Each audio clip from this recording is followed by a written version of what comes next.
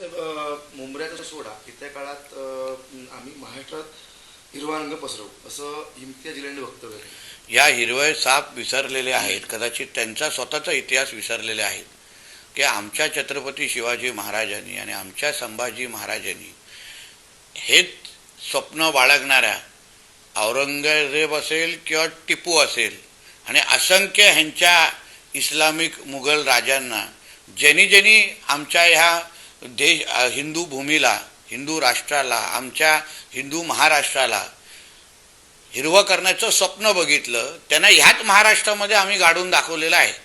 पाय तर त्या इम्तियाज जलील नावाच्या हिरव्या सापानी जरा त्या औरंगजेबच्या कबरीकडे जाऊन उभं राहावं आणि मग हे स्वप्न पाहावं. नाहीतर येणाऱ्या काळामध्ये हे जे आमच्या महाराष्ट्राकडे औरंग्या आणि टिप्याची स्वप्न बघणारे हे जे काही हिरवे साप आहेत, त्यांच्यासाठी पण औरंग्याच्याच बाजूला दफन करण्याचे कार्यक्रम महाराष्ट्रातल्या हिंदू समाजात हातात घेईल एवढं मी तुम्हाला विश्वासाने सांगतो.